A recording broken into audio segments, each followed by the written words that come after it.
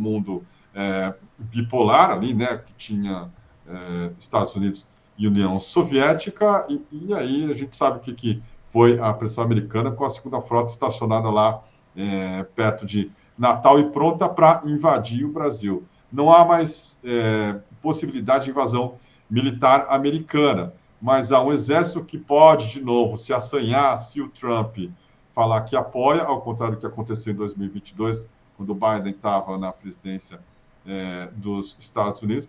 E agora, claro, com esse tipo de coisa, sanção, pressão financeira, trabalhando para as Big Techs. Demorou, mas aconteceu. Parabéns, Procurador-Geral da República, Paulo Gonet, por acatar essa manifestação do deputado Lindbergh. Parabéns para o Lindbergh também.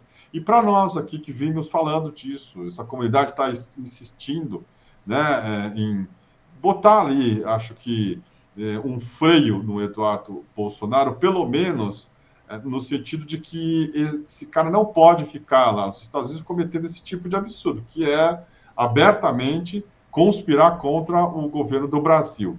Ele tem pegado no pé também, o Eduardo Bolsonaro, do Cacai, porque o Cacai tem também, como sempre muito lúcido, falado de prisão do Bolsonaro. Ele acredita que é em setembro.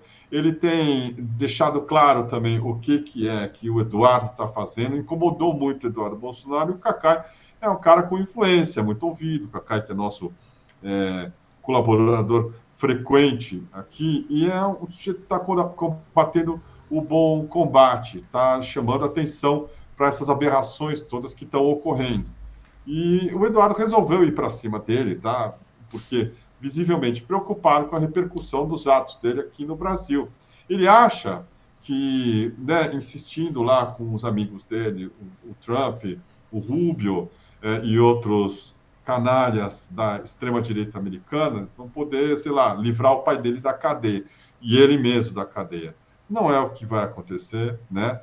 Lamento informar, mas ele vai continuar tentando, porque isso também, com as redes sociais a favor deles, acaba insuflando essa turma toda a movimentar isso e fazer, né, o que eles gostam, que é botar um alvo nas costas das pessoas, principalmente o Alexandre de Moraes e agora também do Cacai. Ele gravou um vídeo com ameaças ao Cacai, que eu vou compartilhar com vocês, mas que mostra bem o desespero desse sujeito. Olha só, vamos lá, tá? Há sim uma ofensa à soberania nacional, há uma interferência no Supremo Tribunal Federal, um país independente, como o Brasil, ter uma interferência de um país autoritário, com cunho fascista, que é o governo Trump.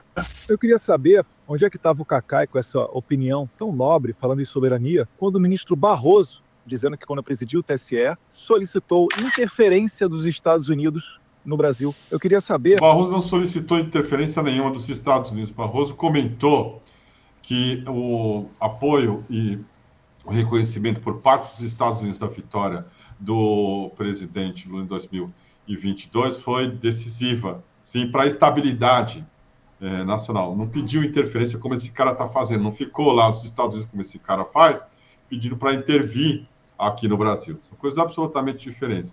Mas você vê, isso aqui é o grau de burrice, desonestidade, claro, né? E também a vontade que ele tem de responder uma coisa que o incomoda profundamente, que é a manifestação do Cacai.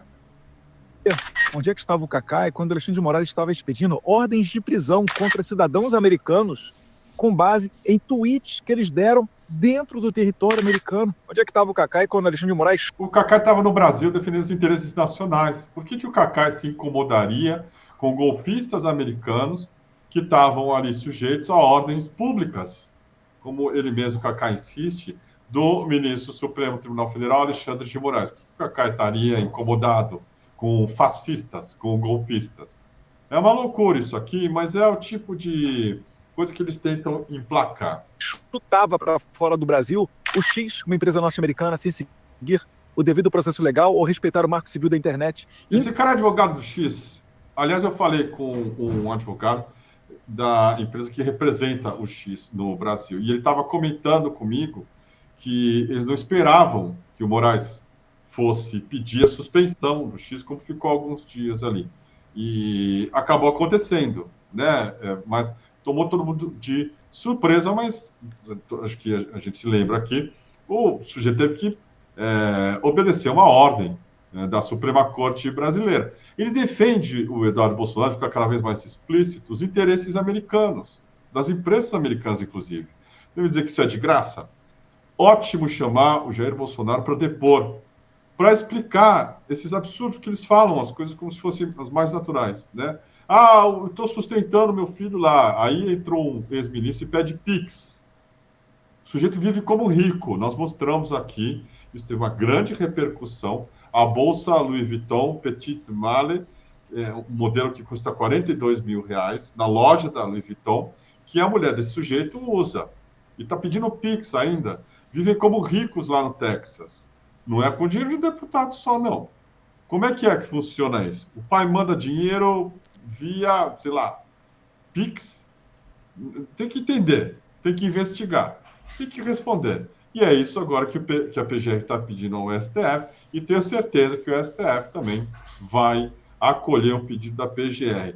Demorou. Se ele acha, e esse vagabundo falou, olha, se eu fosse vocês, não entrava nessa, tentando aí intimidar as pessoas de lá dos Estados Unidos. É uma visão completamente folclórica e fora de lugar sobre o que é realmente um cara que encara os Estados Unidos como era, sei lá, né, antes da China, antes aí do ressurgimento da Rússia, antes do Brasil se realinhar nessa nova ordem mundial. Ele acha que vai chegar lá e falar com o tio, com o irmão mais velho, não sei o quê, um traidor da pátria.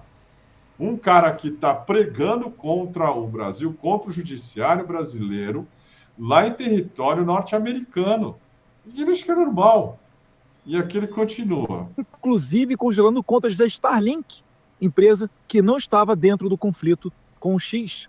Onde é que estava ele quando Jason Miller foi detido 3 horas, pelo menos, no aeroporto de Brasília, por conta de um discurso que ele deu amando.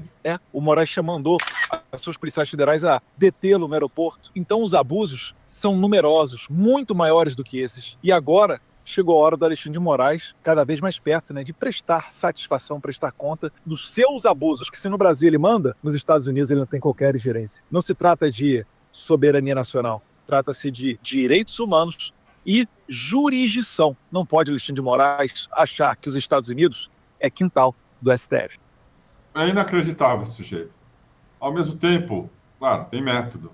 A ideia é fazer com que, sei lá, né, esse gado todo, acredito que o Alexandre de Moraes é, como eles dizem, um psicopata e um cara que virou ditador do Brasil.